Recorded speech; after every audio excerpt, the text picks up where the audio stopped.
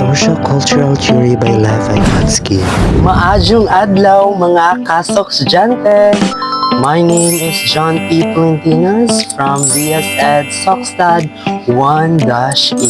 Ug karon atong hisgutan ang usa ka kanindot nga teorya bahin sa pagkat-on ug pag-evolve sa tawo nga mao kini ang social cultural theory ni Lev Vygotsky. Pero una, na ako'y pangutana. Labay mga butang nga sa imong hunahuna nga dili nimo mahimo. Pero makaya sa uban? Wow! Gusto ba ka nga makatpon niini nga mga butanga? Kung yes, tara, uban ko, Chares. Ato unang punan kung giunsa pagsabot ni Vygotsky ang pagproseso sa pagkatpon pinaagi sa tabang sa uban. So before I start my topic, let's try to answer this question above. Vygotsky Says that learning occurs in a social context, which learning activity is most appropriate. Letter A, individual PowerPoint presentation. Letter B, research. Letter C, journal entry. Letter D, peer discussion. What is your answer? Isyagit na diha or i-write it on your notebook. So before to answer that question, pag-aralan muna natin kung kinsa jud si Lev Vygotsky. So ang theory niya is social cultural theory or social constructivism linguistic theory. In simple terms, ang mga bata makatun sila kung naay social interaction. They can learn when there is social interaction.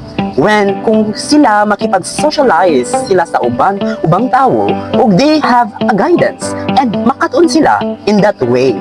So who someone coined the scaffolding to the eye?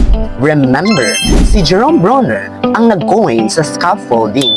Pero kay Lev Vygotsky, mas more known ang scaffolding because Lev Vygotsky used it.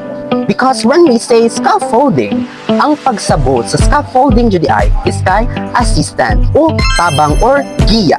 Diba? I am right? So, try to imagine or example, yung foundation sa balay kanang haligi nga gihimo na ay scaffolding aron masuportaan ang pagtukod. Ang pagtukod, diba? Scaffolding yon. So that's mean, ang scaffolding as a future educator, teacher someday, ang role nato is to support ang mga bata sa ilang learning development. Dili ra teacher, pero pwede po kanang naa sa mga environment o paligid nila kanang mga nakakatanda nila ba.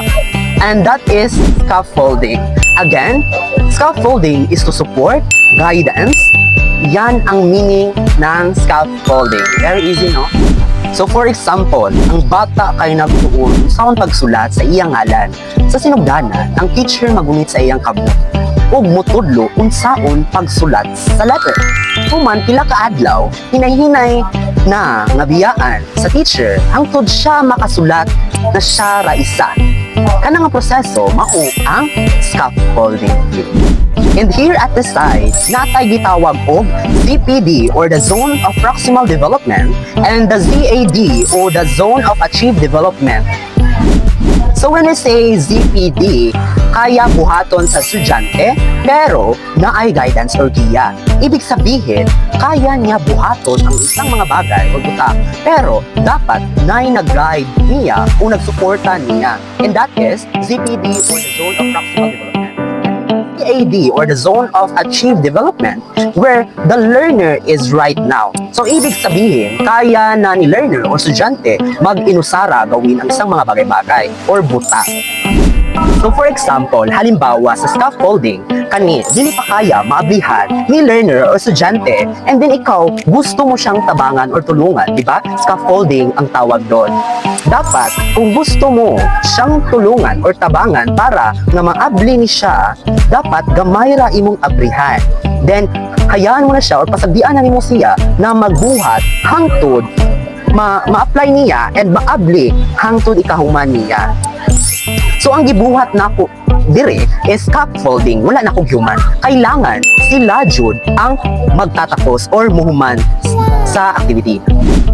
Okay, again, paulitin ko, kapag ZPD nabuhat sa estudyante o learner o isang bata na naay guidance, and kapag sa ZAD, allow na what they can do.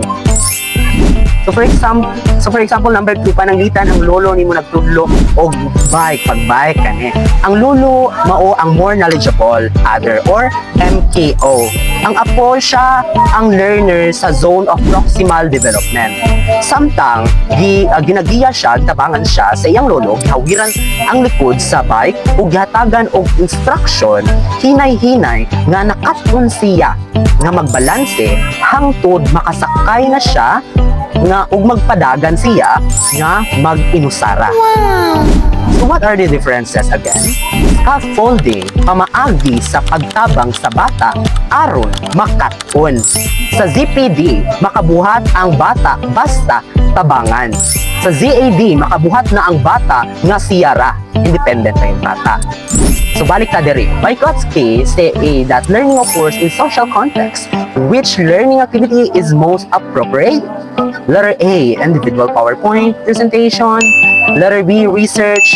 Letter C, journal entry. Letter D, peer discussion. Okay, let's go back to this.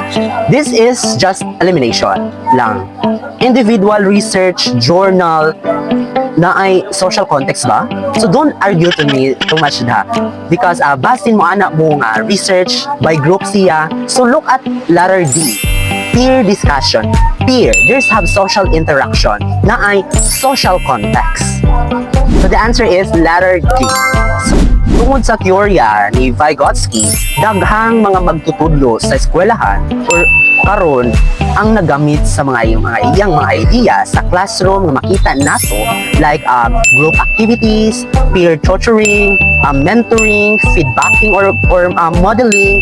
Ang iyang storya or teorya nagpasabot nga mas epektibo jud ang pagkat-on o magkinabangay o nagiyahay ta with collaboration. Dili man nato makaya ang tanan sa una pa lang, pero pinaagi sa tabang sa uban o sa pinaagi sa kolaborasyon o pagtuon sa mga kultura, makapot nato ang mga butang mga butang dili nato mahimo. Mao kana ang gitudlo ni Lev Vygotsky ang pagkat-on sa usa ka social na proseso ug ang mga tawo nga nagpuswag pinaagi sa uban or social interaction. So thank you for listening everyone mga ka-estudyante. Kini si John P. Polentinos ug ginaot nga nakatunra mo sa akong discussion. Walay maginusara kay ang tinuod nga paglambo nato sa usag-usa kay pamaagi sa magkinabangan. So see you everyone. Thank you for listening. Have a great day.